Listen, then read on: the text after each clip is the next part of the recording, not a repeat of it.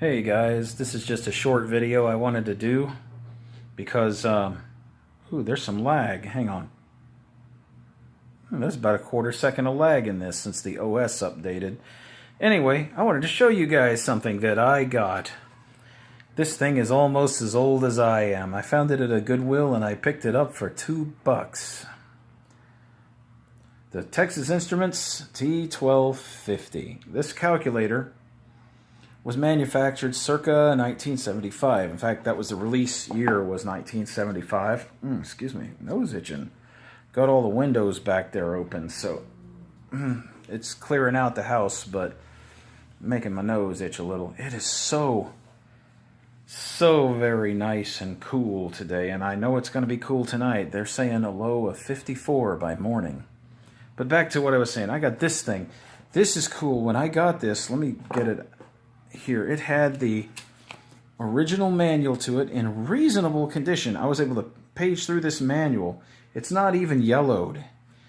I don't think this thing was ever used, but maybe a few times, because it had the original ever-ready 9-volt transistor battery.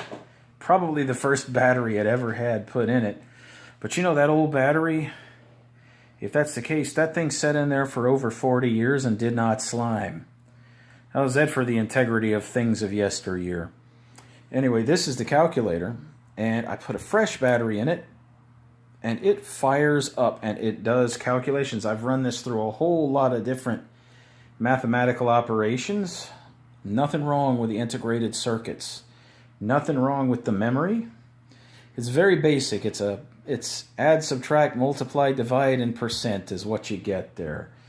But you know, back in the day when these things were made, they were expensive. And good luck finding one with an LED display that you can see from almost any angle anymore. So they made these better. They were clunkier. It is big and clunky. I mean, look at that power switch on the side. At least you know it's off when you switch it off. You're not sitting there draining your battery. You know, and it has the same thing most other ones have. It's got the little example operations on the back. But I am so happy to find this. Let me tell you why I grabbed this. There is the nostalgia factor and the fact that it's built like a tank, but my grandpa had one of these when I was a kid. I remember that. And I saw this, and it reminded me of how, you know, back in those days, and that's why I got it. It's just a little piece of history, little piece of nostalgia. And the fact that it works is awesome. And it has a place up here you can plug a 9-volt power supply into it, a little wall adapter, and you can just use this and not worry about killing your batteries. But anyway, good little thing. I mean, nice little toy. Has some memory attached to it, you know, as far as its sentimental value. That was pretty much why I got that. So for $2 though, you can't go wrong. I mean, there was lots of others. There were newer ones up there laying there, and they were just junk. They had crud all over them. They were broke up, their packaging. And then there was that. I mean, it was still in its box. And even though it's got some abrasion around the edges and stuff, the box is in great shape. So, I mean, that's cool to see all the spiel on the back of the box. Of course, you got this thing now. If you want to QR that, I don't know. But yeah, $2.99. That's what I actually paid for it. But still on the box. I wish they hadn't have done that. I wish there was another way they could have put a tag on it.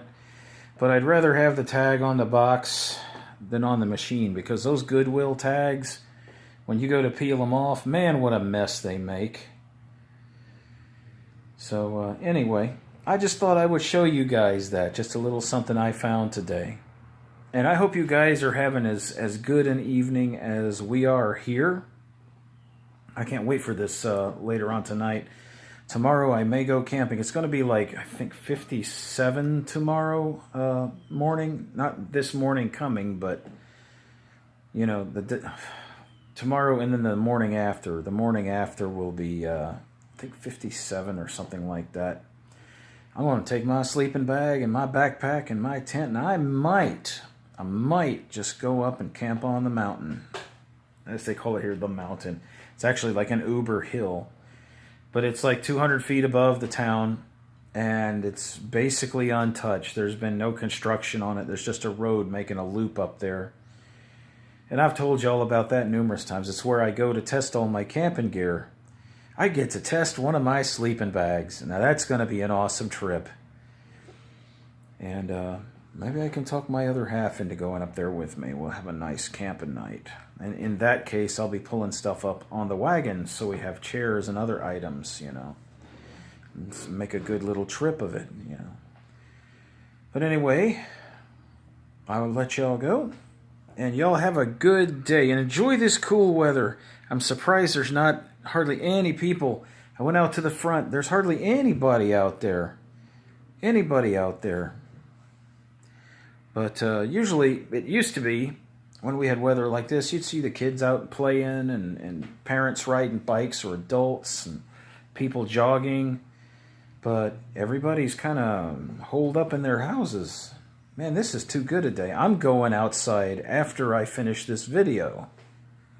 I'm actually using this nice, cool weather. I've opened the windows here in the back of this room. That's the intake windows. And I got a high-powered fan in the front blowing out the front window of the house. It's set, you know, it's angled. It's one of those whole house fans. And I can feel the breeze it's pulling in through this window, even though it's pulling a roundabout path throughout the house and then out the front. So, and it's cooling the house off, and it's getting that stale, old air out of here.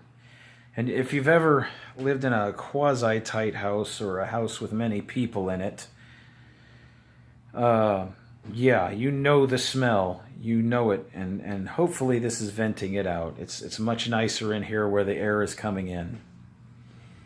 Y'all have a good one. Get out there and do a cookout or something. Good grief, why would you waste this day and this night?